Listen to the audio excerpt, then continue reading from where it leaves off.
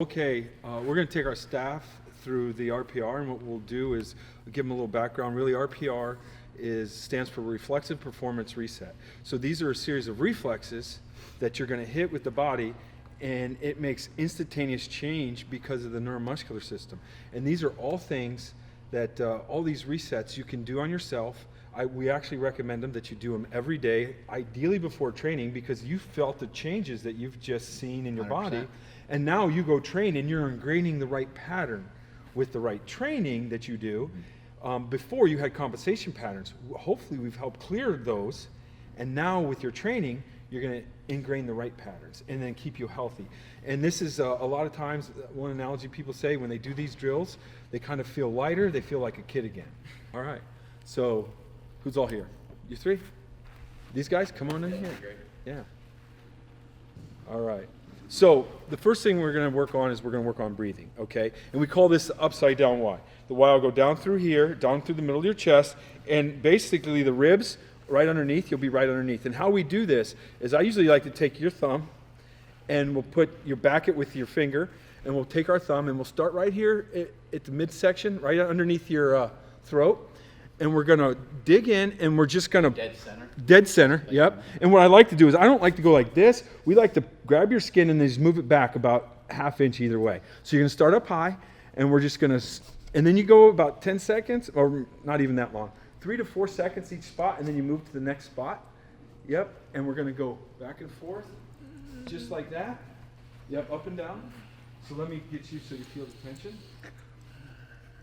There we go. We want you to dig in a little bit. And she's a very stressful person, so she can feel it now. Yep. So we just sneak that down.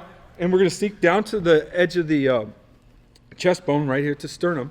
And once you get there, and then what I like to do is I like to take 2 thumbs, and I'll go right, I call it a cliffhanger. So if right here's the edge of the rib, you're just going to be right off the edge, like on the edge of the rib. So we're just going to dig in underneath the rib, and it's going to go right along the bottom here. And what we want you to do is keep your breathing going during that time frame.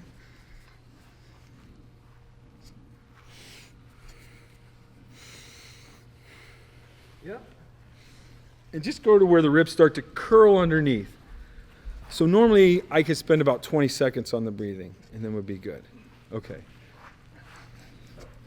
Now that we opened up all this tissue, okay, the big thing with this breathing release is that the tissue gets all bound up. You see how these bands in there? Because some of you may have felt spots that were bad. What it was tissues, the tissue bands in there. And what we're doing is we kind of release that tissue. So now you have room to breathe. So what I want you to do is I want you to stand there with your hands on your hips and focus on breathing in your nose and pushing deep into your pelvis, your belly, and I want your belly to expand, okay? Big belly breath. I want you to take a few deep breaths that way. All right, so the next thing we're going to do is we're going to work on our psoas. So what we're going to do is I want you to test the psoas. So what you're going to do is your partner's going to stand there. Partner's going to lift that leg above 90, okay, to see if the psoas is working. So I'm going to hold on to you, and then I'm going to lift my leg above 90, and you push down to see if my psoas, and if it's working, it's rock solid. If it's not working, she'll be able to push it down. Okay, so I want you guys to partner up and just see if the psoases are currently working. Yep, ready? Good. Ready? One more time. Try as hard as you can. Okay, good. Let's do the other side. See how hard it is. If you have it. Ready? Go. Okay, one more time. Good. No psoas. So what we want you to do is go to your belly button. I want you to go about 1.5 inches over, 1.5 inches down. It's like at a 45, but 1.5 inches over, 1.5 inches down. And then I want you to take your thumb, and I want you to dig straight in. Now, I like to bend over a little bit to loosen that tissue up, and just do nice little circles in there, okay? Maybe I'll go back. There you go. You found it. Yep, you found it. Right? Go belly button. Yep. Just bend over a little bit. Keep your breathing while you're doing it. Right? Feel different? Right. What we found is the psoas, if your breathing pattern's off, shuts the psoas off. The psoas is connected to the diaphragm by a bunch of fascia, and when your diaphragm's not working correctly, because you're chest breathing all day, it all balls up, causes this, a negative stress response to the psoas, okay? Hit a few deep breaths. Now let's check the psoas strength. Go. Better. Huh? Yeah, that feels a lot better. Yeah. Well, this side's for sure better. Good. Very good. Not this side. Pretty simple. Want me to? Hit it. I'm very ticklish. That's the issue. That's all right. Well, here, you do it yourself. Oh, You ready? Ready? Let's go. You can't tickle yourself. It's impossible. barely. I am. Breathe, breathe, keep breathing. There it is. That's a nice breath. All right, bring it back up. Ready? There it is. The next thing we're gonna go is we're gonna work on our glutes. Okay. So the glutes are the first one we're gonna do is right behind the earlobe, underneath the earlobe, behind the jawbone. We're gonna be off the edge of the ridge, and we're gonna be right under the earlobe, pushing towards. I usually push towards my eye from behind here, so behind the bone. Yep, you can find it. We'll go through and we'll find it right there. Feel that little meaty area? Yeah. Yep, right there. You got it. You got it right there. The next one is we're just going to go along the edge of the ridge of the skull, and we're going to go right underneath the ridge of the skull all the way across to your ear. Okay, so right from the middle center This point. is for our butt. Yep, this is for your butt. There you go. So the next spot we're going to hit is the quads. And we stopped our breathing about right here. What we want you to do is we want you to go right along the edge of those ribs, right at the very bottom, right there at that point. Feel that? Yeah. Yeah. So you're just gonna go about 4 or 5 inches right in between the ribs and the hip bone, basically, and you should feel it. Just hit that area. Depend on the one's not that person. painful. Some people have. Get me sweating. Yeah. And then the next one is the PSIS is these little knobs right on the hip bone, right here. There's a little bony knob. You're just going to do a circle right around the bony knobs. A bony knob. Yep. Right in here. Right there. It's right there. Yep. So these 2 knobs right here on your hip bone. All right. Where are we at next? Let's do the hips. So the lateral sling that we talked about, we're going to go right here on the front of the hip. Here's the hip bone. We're going to go just on the inside, and we're going to dig in right there. Yep. Yeah, I use this. I like that. And then once you go there, I just want you to go along the edge of that hip bone, all the way across, really quick Like the to your top of butt. the Yeah, the very top of the hip bone.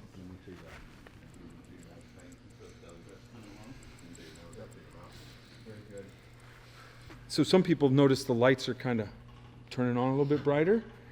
This is all neurological changes. Your state, so what's happening if you were sympathetic, they may seem a little bit less bright. Now that you're calming down, you're actually taking in that light. Your eyes are opening up because your pupils are dilating, okay? So the next thing we're gonna go to is, let's go to the lats. So I find the lats, what you're gonna do is you're gonna go up at a 45 from your belly button. Find that first rib, go over the first rib, go over the second rib, and just kind of find a little spot that's really bad in there. Go over the first rib, second rib, and right there they are. You feel that grit right there? Yeah. Put your things on there and just dig in. Got it. Yeah. Oh, that's a good one. Can you keep breathing? For you. These are the worst. Yeah, feels really good for me, yeah. Told you. Like it hurts and feels really good at the same time. So the next one's we'll go to the supraspinatus rotator cuff. It's just basically, if you're gonna see the line of this shirt, it falls. This shirt's perfect. It falls from the bone right up here from your collarbone, right along that line. You're just gonna dig in. It doesn't take long, about 3 to 5 seconds.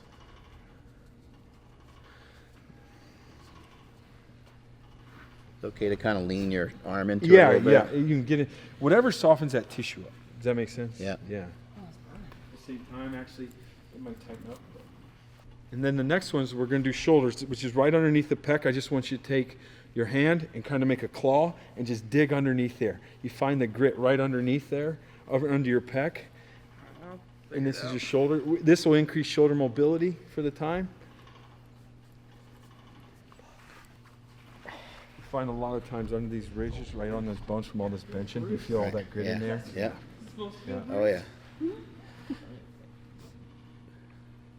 Is that kind of like serratus muscle almost? or- Yep. There's fascial lines that run through there. The next one we're going to do is a calf, which is right at your belly button. We're just going to go up about, at a 45, about an inch, inch and a half. And we're just going to dig in. I like to bend over. So the psoas is here. The calves are up top. We're just going to bend in, and this will help with your calf mobility running. So it's over about an inch, inch and a half, up an inch, inch and a half. So We're just gonna dig in. If you have a lot of caffeine, this one hurts a little bit more usually. So I'm sure everyone here will be. That's the worst one for me. So then, the next one, what we'll do is we actually do your neck. Okay, so what we'll do is we'll go right underneath the collarbone, right from the shoulder, because we did the supraspinatus here. We're gonna go right underneath the collarbone, right on that ridge. So it's right along the edge. Yep. So right there. Just go all the way across. Yep. Very good. On the actual bone. Just right off the edge underneath it. So you're gonna go underneath it. Oh, it burns. Yeah. And then we'll have you go right along the jawbone too. So right there, right on the ridge of the jaw, right there on the top, you can feel, and if you got tight jaw, you can do this one, TMJ. You can do it with your mouth open and then do it with your mouth closed, both. It'll help. You can feel these bands right here. Oh, yeah. Yep, just work on those bands right along the edge there. Yeah. Oh, yeah. And if you use your thumb here, because your thumb will get a little tired, back that thing so it backs there, so it makes your thumb a little Oh, bit. God, yeah. Makes a lot stronger. Yeah. This might be the most painful one. The next one we're going to do is the only one that you can't do yourself is rotation. I want to test Mark here to see if his, now we know we made him more stable. So I want you to stand there and I'm going to try to twist you and you're going to stop me. Ready? Go. Okay, so I can twist him a little bit. Ready? Other side. He's pretty strong there.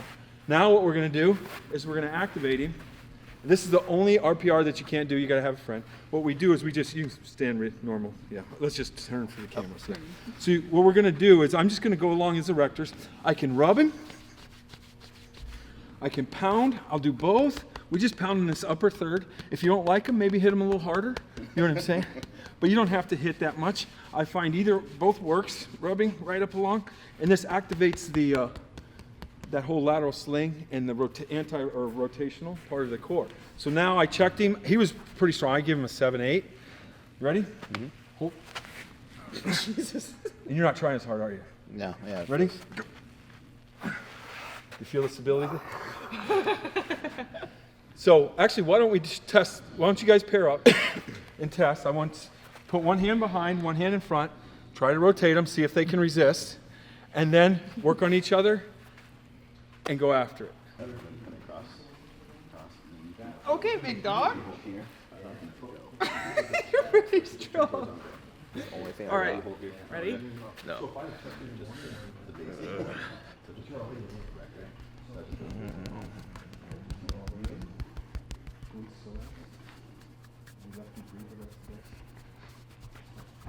Yeah, right. I burned. Yep.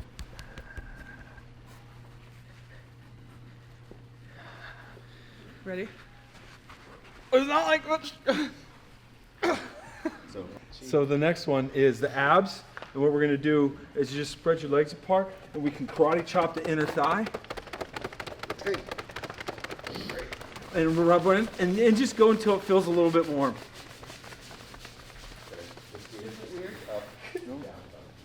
So that activates your core. Now you're activated. Keep your breathing. I want you guys to walk. Maybe even do a couple movements that you normally might be tight. Check your flexibility, mobility. They'll have all improved. Feeling really good. A lot of the stuff that he's been showing us has been really effective. I can feel basically, just working from here down. Some of the stuff in the face and stuff too, but like from here down, everything's super tight on me, and it's just making everything else super tight. So digging through here and digging through some of the different spots. Really felt like it's just something I need to be working on. It doesn't take very long, so not a lot of excuses not to do it. All right, we just finished up with the staff here, and we're very fortunate to be able to teach them the RPR, the Reflexive Performance Reset. And with that, the hopes is that they you know, they work pretty hard here. It's a great environment, but everyone's still stressed so that they can come into their workouts. They can do RPR to themselves. They can reduce the injuries. They're able to fix compensation patterns that they've had. And when they train, the training becomes more effective. And what happens then is their ability to recover between sets and recover between workouts is increased, which then they can train harder.